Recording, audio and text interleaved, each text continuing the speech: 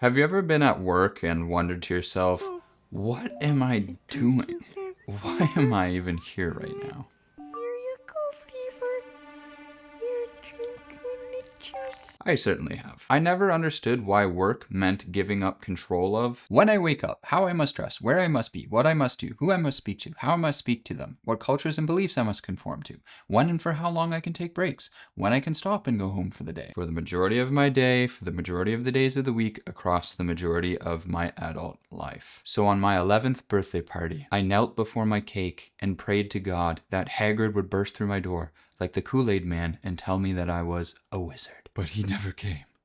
He never came. So I was going to be shipped off to the metaphorical Fiat mines like every other kid. But I made myself a promise that one day I was going to figure out how work works and why we all have to. And through a sequence of meticulously, perfectly, patiently crafted events on my Clive Owen Inside Man arc, 20 years later, I'm now unemployable and ready to finally answer that question. So let's do it! Now, I literally stopped working to look into this question. I spent about 1.5 years just dedicating every day basically to this. And I realized that how work works, that question, is a really big question. But maybe the best place to start with is why work sucks so much in the first place. Because if it didn't suck, well, then it's not a problem that we have to work, right? Now, what do I mean by suck? Well, I don't mean like a vacuum. I mean work sucks in the sense that we would otherwise choose to be doing something different with our day if we actually had the free choice to do so, right? But obviously we don't have that choice by design. And I think many of us have this intuition that work sucks, but we don't know exactly why. We can't articulate the exact technical terminology to pinpoint, yes, here is exactly how, what, when, where, why work sucks. Many of us just experience this, what I call the severance effect, or if you watch the TV show Severance, then you know that as the main character, whose name I'm blanking on right now. Mark. So he walks into the elevator, he becomes a completely different person. And the reason that show resonates with so many people is because I think so many of us, when we walk into our workplaces, we become a different version of ourselves. And it's not until we go home that then we return to who we think we truly are, right? Well, fortunately for us, since my job is kind of just to do whatever it is I want to do, and what I want to do is figure out why work sucks, I can pinpoint the exact technical terminology for you and show you exactly how, what, where, when, why, and whatever, how work sucks. So the jargon list goes down like this, but don't worry, I'm going to break it down into very simple language. So work sucks because A, we experience a fourfold alienation, and B, because workplaces are communist dictatorships. Hooray! To start getting into this, let's begin with the iceberg that I introduced in the last video. So I think at this point, I'm going to formally call this the work iceberg. And so on the surface, it just seems like work is this thing that we have to do because we have to contribute our labor to society, then society gives us society bucks in return, and then we can spend those society bucks on the things we want and need. And I think we all understand that for the most part, and we're all pretty good with that. And underneath the surface, there's this part that I mentioned earlier, where we have to give up control of all of these things. And this is kind of the more interesting, juicy, dark part of the iceberg that no one really seems to want to address or talk about. We all just kind of go to work and take it for granted that this is the way things are. But while we may be cool with the top of the iceberg, I don't know if we're all cool with this bottom part. And this bottom part is what I want to focus on right now, because this bottom part where work ends up controlling all these different aspects of us ends up doing this thing the philosopher Karl Marx called alienation. Karl Marx! Everyone run! No! Karl Marx is gonna get me! No! Just chill out, man. We're not doing the communist revolution thing over here. Just, you can relax. Your private property is safe, buddy. Yep. Some people took some stuff he said and ended up killing a whole lot of people based on their interpretation.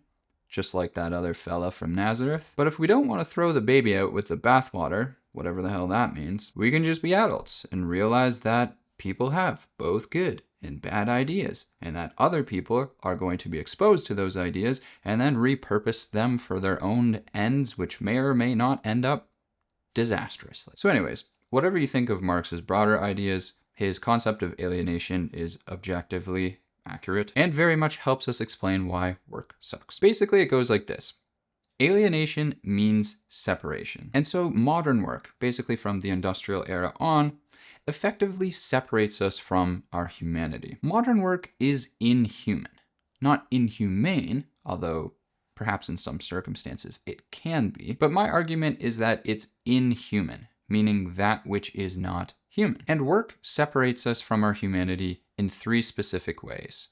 It separates us from the process of our labor, the product of our labor, and the people of our labor. Process is how we produce something, product is what we produce, and people are the people involved in the process and the product. Let's use a McDonald's worker to illustrate all of this. So Buddy is on the line flipping some McDubs, but does he get to choose how he makes the McDubs? Of course not. Everybody knows that a McDub is a bun, 2 patties, cheese, pickles, onions, ketchup, and mustard. But who decides that this is what a McDub is? McDonald's, of course. Buddy on the line doesn't have any control or ownership of how he does his job. McDonald's does. Therefore, he is separated from the process of his labor. He's just this biological meat suit that is meant to follow the process as outlined by the corporation. He really does not truly participate in it himself because he does not have ownership or control over the process under which he conducts his labor. He can't add a third party or, God forbid, dress it like a Mac unless somebody, a customer, specifically requests him to do it. Not only that, he's also separated from the McDouble itself. That's because even though his hands made it, at no point does Buddy on the line ever actually have control or ownership over the McDouble, the product of his labor. The entire time, it is legally under the control and ownership of his employer, the corporation McDonald's. And like a babe stolen from its mother, as soon as he's finished making that McDouble, it's torn from his hands, never to be seen again. He can't decide to keep that burger. He has no say what happens to it. It was never his in the first place. Finally, Buddy is also separated from the people of his labor. Sure, he works side by side with his fellow line cooks, but what about Ronald McDonald himself? What about Janet in HR? What about the farmer whose cow made it into the patty? What about the customer who eats the burger? There's all these people involved with Buddy's work that he will never see, never interact with, maybe never even know they exist in the first place. So through this, he's separated from the people involved with his labor.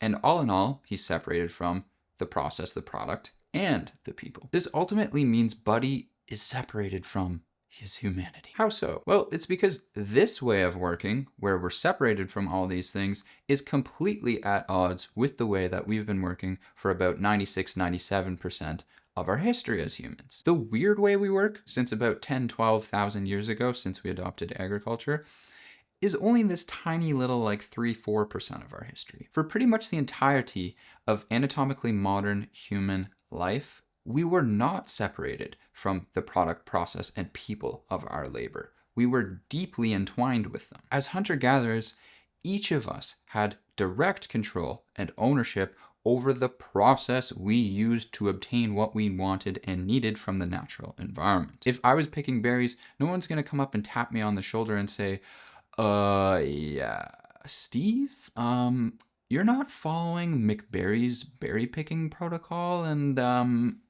yeah, I'm gonna have to report you to, HR. No, man. I can pick this one, I can pick that one, I can eat this one. I can stick them up my butt for all that mattered. That wonderful ability also speaks to having control and ownership over the product of my labor. When I pick that berry, I don't have to submit it to someone. I don't have to then give it up to the control of the McBerry Corporation. If anything, if I, hunt a deer or something, my tribe is going to share the ownership and control of that deer meat together. This brings us to the connection to the people. I intimately know and am directly involved with all the people involved in the process of obtaining the berries or deer, and also who's going to eat them, consume them, use all of these things. And so because we were so intimately connected with the process, the product, and the people involved with our labor, we were also very much connected to the human experience. And I call this the human experience because it was the human experience for 96% of our history. It kind of goes hand in hand. What does it mean to be human? Well, it's probably what's been baked into our DNA over hundreds of thousands of years. That's why in my chronology of history, I refer to the period of roughly 300,000 to about 12,000, 10,000 years ago as the human age. Since then, we've progressively become further separated from these things. And that's why work today feels cold, it feels sterile, it feels impersonal, inhuman. Literally is, in my view. It is completely abnormal to us. It is completely at odds with our general biological experience of life, and so no wonder it seems to cause some bad effects on our mentality. Okay, so that's our fourfold alienation. Now let's move on to the second reason why work sucks, and that is because our workplaces are communist dictatorships. This is where it is appropriate to go, ah, communism, don't get me, ah! Because what most people who think they love capitalism don't realize at all is that they do not work under a capitalist environment, they work under a communist one with a dictator on top. Elizabeth Anderson wrote an excellent book on this. Let me just grab it.